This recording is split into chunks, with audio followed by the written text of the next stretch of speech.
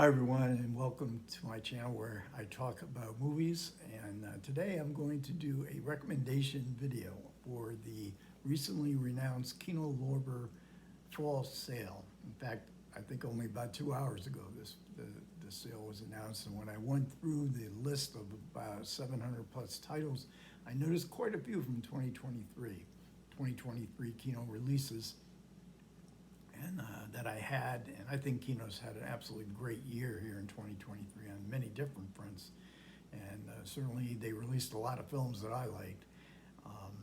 So I have done videos on all these titles that I'm going to be talking about, except for one. So hopefully by the time I post this, I will have a playlist created for anybody who might be interested. I'll leave a link to that playlist.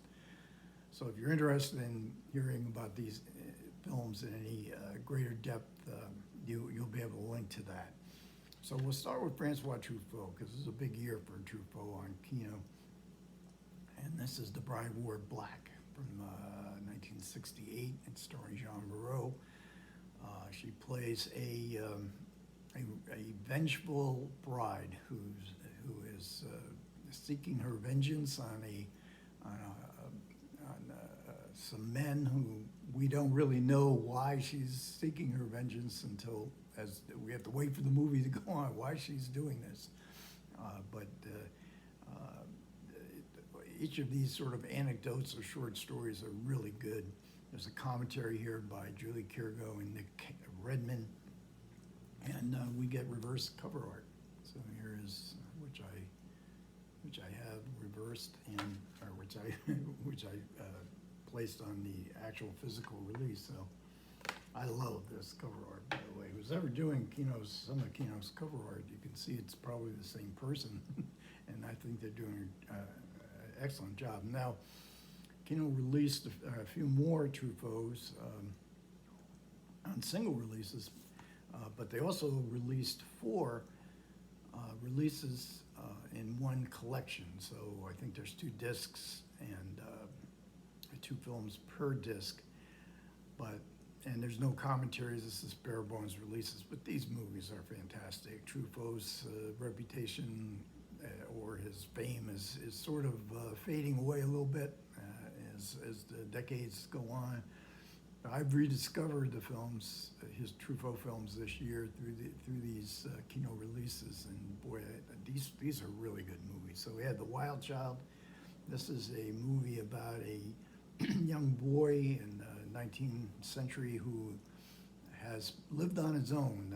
They estimate from about 3 years old, abandoned by his parents, to about maybe 11, and he is captured and he is brought to a scientist played by Francois Truffaut who tries to bring him back into civilization. It's just a marvelous film with a terrific performance by this young man, and Truffaut always great with child performers, going back to the 400 Blows with Jean-Pierre Léaud.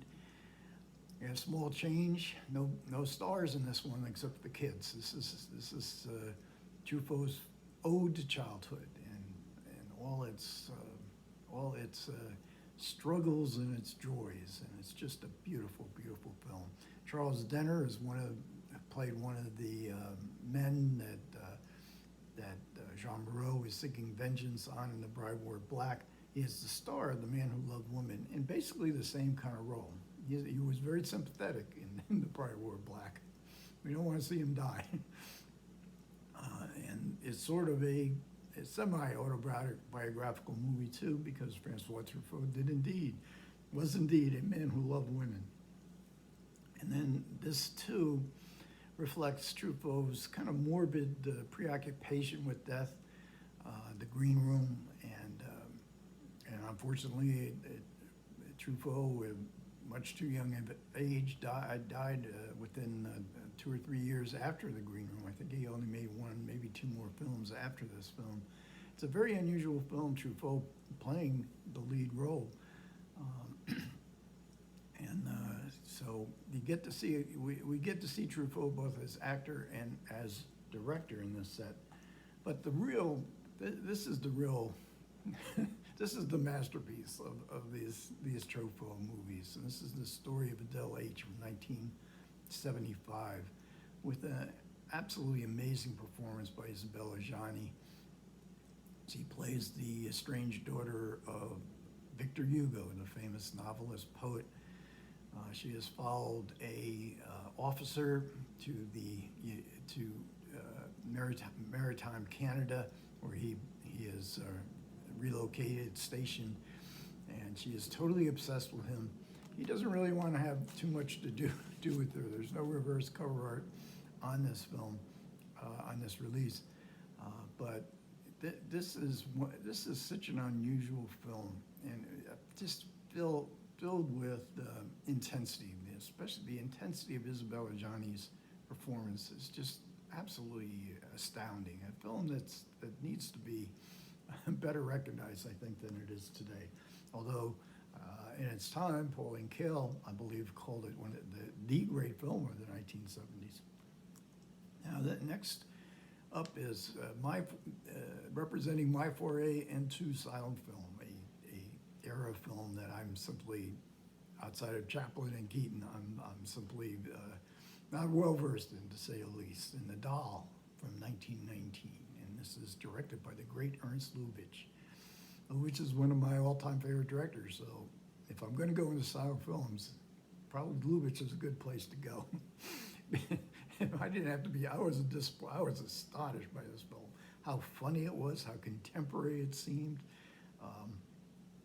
It is a farce, a comedy. It's got magic in it, and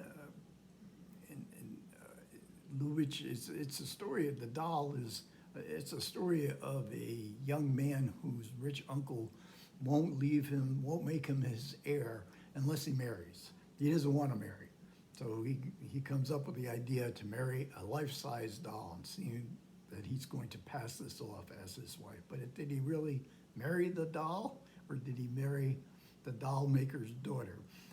And we also get introduced to a great comedian, Ozzy Osvaldo, and this is her right here playing both the doll and the doll maker's daughter. She's also in the other Schroeder film, I Don't Want to Be a Man, and this also seems like a very contemporary movie.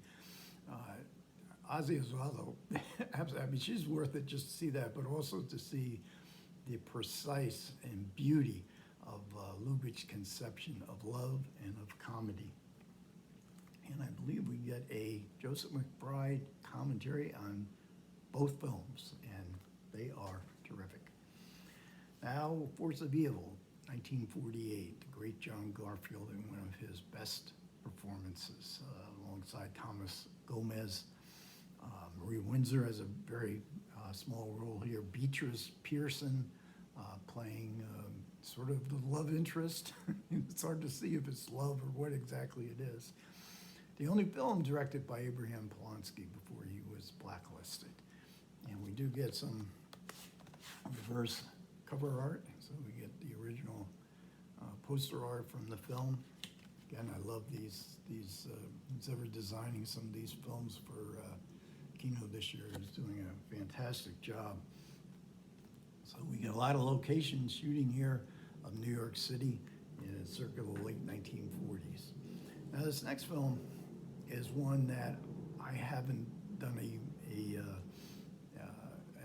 video on yet, but it soon will. In a couple days, I'll be doing one on hardcore. Now this just came out within the last 2 or 3 weeks, I believe. At least I just got it. But it's on sale already. And it stars George C. Scott, and written and directed by Paul Schroeder. A story of a man whose daughter in 1979 runs off. She's not just a runaway, she runs away to LA, and he discovers that she is now performing in hardcore movies. We do have a commentary here. In fact, we have 2 audio commentaries, one by Paul Schroeder and a new one by a group of well, no, I guess they're both archival. So Schroeder, we have Schroeder and No, the other one is a new audio commentary. And then we had The Lady from Shanghai, more great cover art from Kino. So this is new cover art for the slipcase. Here's the original poster art. This is a great release from Kino this year. This is when Orson Welles was married to Rita Hayworth. They soon got divorced after this film was released. It has many just beautiful, just shots, scenes, passages, especially the Hall of Mirrors. It's the one most people remember at the end of the film. And this is one where we get three commentaries. Two new ones from Imogen Sarah Smith, one from Tim Lucas. I mean, two of the top commentary providers we have, and then we get an archival one from Peter Bogdanovich. This is just, I spend many an hour with this. And watching, three commentaries, I listened to all three, and I watched the film the three more times, so I actually watched this 4 times. And as with Orson Welles, visually, these films are just astonishing. This is a real under-the-radar movie. Let's hope it's a girl. And this is from Mario Monticelli.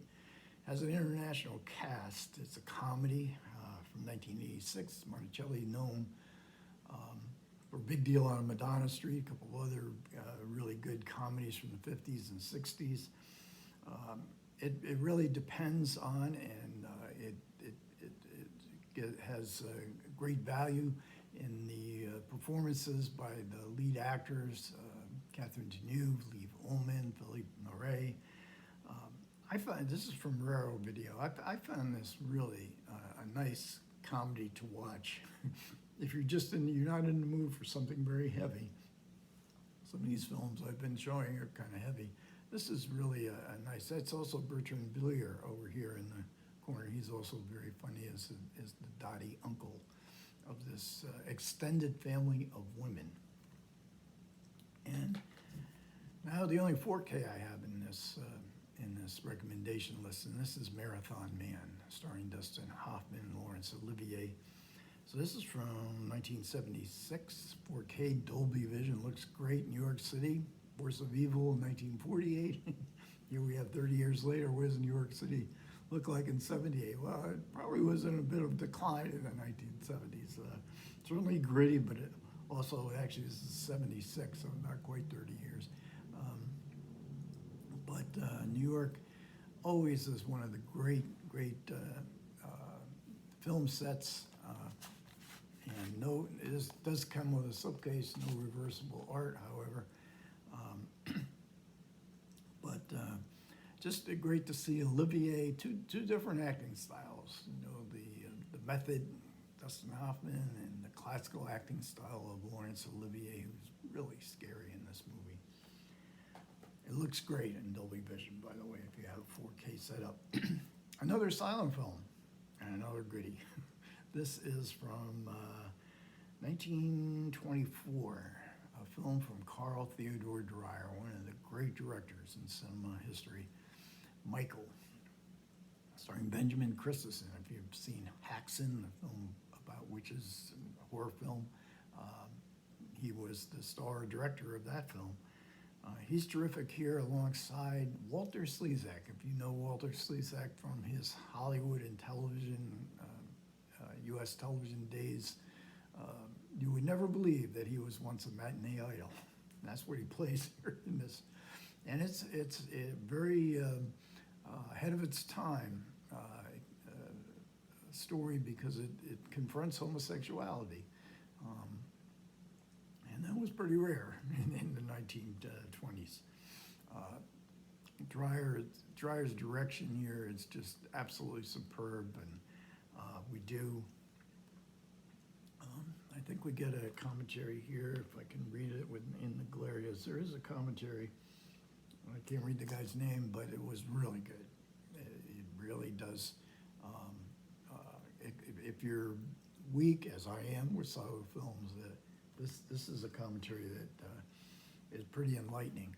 Then we have another, this is another, in fact, the last two have just come out in the last, can't be much more than 4 or 5 weeks. This is Strangers in the House, starring the great French actor Raymond. This is from 1942. So this is during the occupation. A screenplay by Henri-Georges Clouzot, directed from a novel by George Simenon. And anything that's directed from a story by George Simenon is going to be good. Raymond, a fantastic actor from the Fanny trilogy, The Baker's Wife, one of the great acting performances in the 1930s. It becomes a courtroom story, and it has a very interesting and very long courtroom drama, and you wonder what Raymond is up to, as he is the defense attorney, and who were the strangers in the house? That's a mystery. And then we'll end with another recent release. This is 3 and the 2 Won't Go from 1969, and I just did a video on this a couple videos back. It stars Judy Geeson, Rod Steiger, Claire Bloom. It's basically a three-hander kind of, almost like a play, directed by Peter Hall, one of the greats of British theater in the 20th century. Judy Geeson holds her own with two heavyweights, holding her own with Rod Steiger. Right. Granted, Rod Steiger is somewhat restrained in this film. I think she gives the best performance in the film. It's a mysterious performance. Who is she? She is kind of an emblem. Judy Geeson was kind of an emblem in and of herself as a symbol of the swinging 60s London. This comes in 1969, so the swinging 60s are kind of, there's maybe a bit of a hangover by 1969 here. Claire Bloom, always beautiful, and this is a film I liked a lot when it came out in '69. It disappeared, so now it's back again. I recommend it. Okay, thanks a lot for everybody who managed to listen. I do appreciate it. Comments are welcome. Take care.